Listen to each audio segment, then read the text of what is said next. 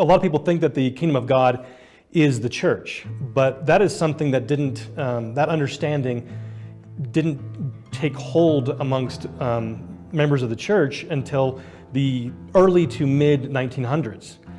Prior to that, they understood it to be like the Constitution of the United States, a political organization. So we go to the 1850s, 1860s. The church has already been established for 30 plus years, and George Hugh Cannon says that the kingdom of God, when established.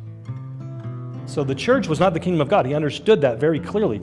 When established, will not be for the protection of one church alone, but for the protection of all men. We have been taught from the beginning this important principle that the church of God is distinct from the kingdom of God. In the midst of all of us who understand this matter, there is a clear distinction between the church in its ecclesiastical capacity and that which may be termed the government of God in its political capacity.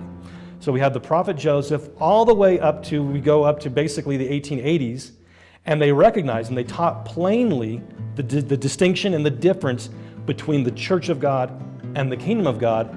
And then after that, slowly until we get to basically the 1930s to 1960s, where culturally speaking, the two organizations are merged and used interchangeably incorrectly. Brigham Young explained the link between the Constitution of the United States and the kingdom of God. He said, but few, if any, understand what a theocratic government is. In every sense of the word, it is a republican government and differs but little in form from our national, state, and territorial governments. But its subjects, meaning the people, will recognize the will and dictation of the Almighty. That's the difference. Even now, the form of the government of the United States differs but little from that of the kingdom of God. The Council of 50 is basically the governing body of the kingdom of God.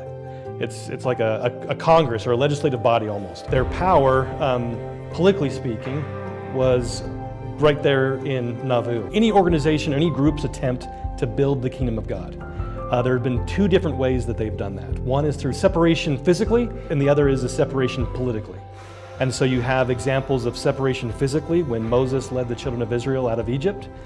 You have the pilgrims leaving Europe and coming to the New World. On the other hand, you have the colonists who didn't leave.